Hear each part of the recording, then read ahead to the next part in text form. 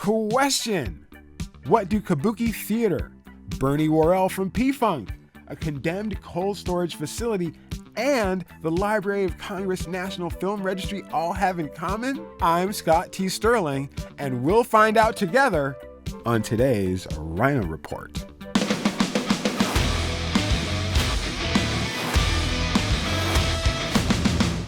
If you guessed the Talking Heads' fabled concert film Stop Making Sense, you were right.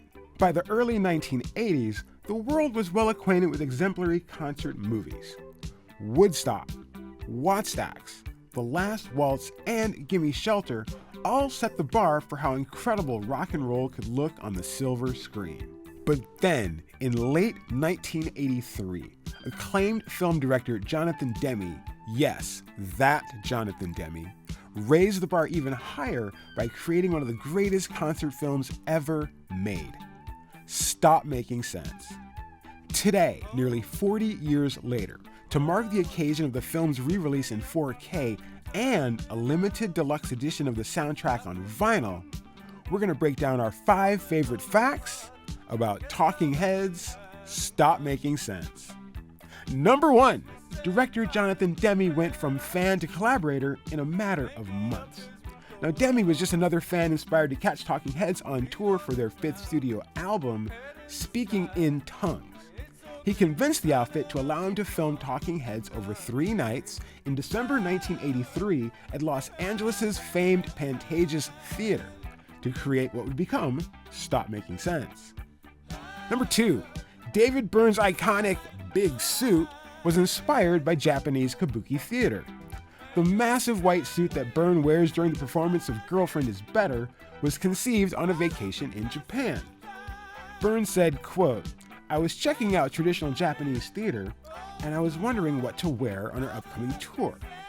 A fashion designer friend said, 'Well, David, everything is bigger on stage.' He was referring to gestures and all that, but I applied the idea to a businessman suit." End quote. Number 3. To fully realize the songs on such albums as Remain in Light and Speaking in Tongues, Talking Heads employed an incredible lineup of touring musicians.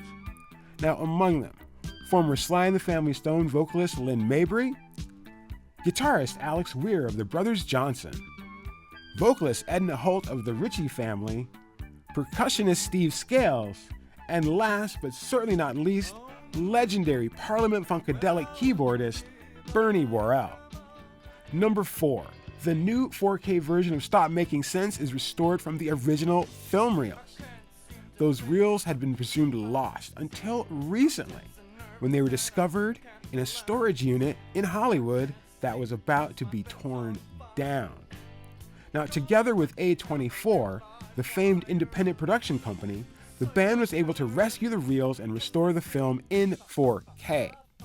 The restored Stop Making Sense will premiere at the Toronto International Film Festival on the 11th of September, featuring all 4 original members of Talking Heads coming together for the first time in more than 20 years for a very special Q&A with none less than cinema legend Spike Lee. The movie will open in theaters on September 22nd. Mark your calendars. And number 5. In 2021, Stop Making Sense was selected for preservation in the United States National Film Registry by the Library of Congress for being culturally, historically, or aesthetically significant, joining an elite assortment of films including The Exorcist, A Clockwork Orange, Purple Rain, Pulp Fiction, The Blues Brothers, and many more. While we wait for the restored film to hit the big screen, RHINO Records is proud to release a deluxe version of the soundtrack that will now include the complete Stop Making Sense concert for the first time, including 2 previously unreleased performances, Cities and Big Business /E Zimbra. Stop Making Sense Deluxe Edition is available today, August 18th, as a limited edition 2LP set, digitally, and in Dolby Atmos, mixed by Talking Heads band member Jerry Harrison and E.T. Thorngren, who also mixed the original release. This deluxe edition vinyl also features a 28-page booklet featuring previously unpublished photos and new liner notes penned by all 4 original band members. If you're a Talking Heads fan, you already know how incredibly special all of this is. What's your favorite concert film?